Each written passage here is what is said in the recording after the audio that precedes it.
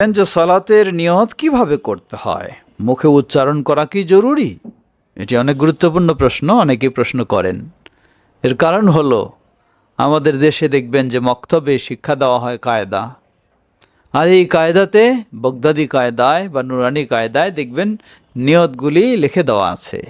ফজরের নিয়ত, জোহরের নিয়ত, আসরের নিয়ত, এইগুলি আপনি পড়বেন, উচ্চারণ করবেন।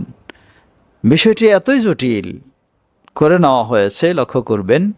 অনেককে যদি বলি সালাত আদায় করেছো, বলে যে আমার নিয়তগুলি এখনো মুখস্থ হয়নি, তাই পারিনি। লা হাওলা ওয়ালা কুওয়াতা ইল্লা বিল্লাহ। কি আশ্চর্যভাবে ইসলাম থেকে, সালাত থেকে মানুষকে বিরত রাখা হয়।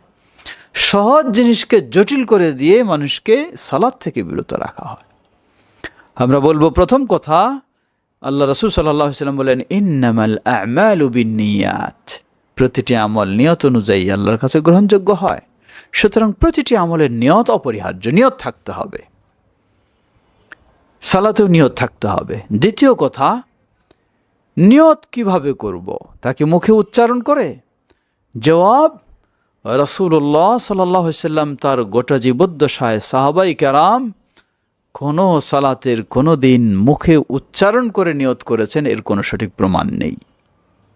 অথচ তারা নিয়ত করেছেন, সালাত আদায় করেছেন। তারাই আমাদের অনুসরণীয় ব্যক্তি। নিয়াহ শব্দটি আরবি শব্দ, যার সমর্থবোধক শব্দ হলো আল কাসদু ওয়াল ইরাদা, ইচ্ছা সংকল্প করা।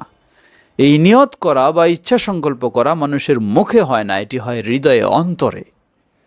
সুতরাং অবশ্যই নিয়ত করতে হবে।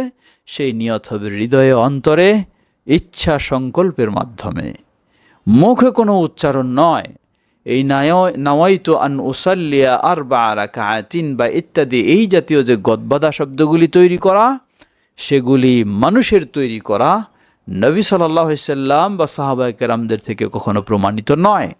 সুতরাং এটি অবশ্যই বেদাত। এগুলি বর্জন করাই হলো একজন মুসলিমের দায়িত্ব। ইসলাম সহজ, আপনি অবশ্যই নিয়ত করবেন, কিন্তু সেই নিয়ত হবে অন্তরে, মুখে কোনো শব্দ উচ্চারণ করে নয়, না বাংলাতে, না আরবিতে, না অন্য কোনো ভাষায়। অতএব আপনি করে থাকলেও এতদিন বলেছিলেন, জানেননি, বর্জন করুন। প্রচলিত যে সমস্ত বই পুস্তকে লেখা হয়েছে এগুলি মনে রাখবেন, এগুলি মানুষের মন গড়া জিনিস, আল্লাহ রাসূল সাল্লাল্লাহু আলাইহি সাল্লাম এবং কোনো সাহাবায়ে কেরাম বা তাবেঈনদের নয়। অতএব এগুলি অবশ্যই বর্জনীয়। নিয়ত অবশ্যই, কিন্তু সেটি হবে আমার ইচ্ছা বা সংকল্প অন্তরে। আমি কোন সালাতে আদায় করছি, সেটি ফরজ না নফল নাকি, এটি অবশ্যই দৃঢ়ভাবে সংকল্প করব সালাত শুরু করার আগে।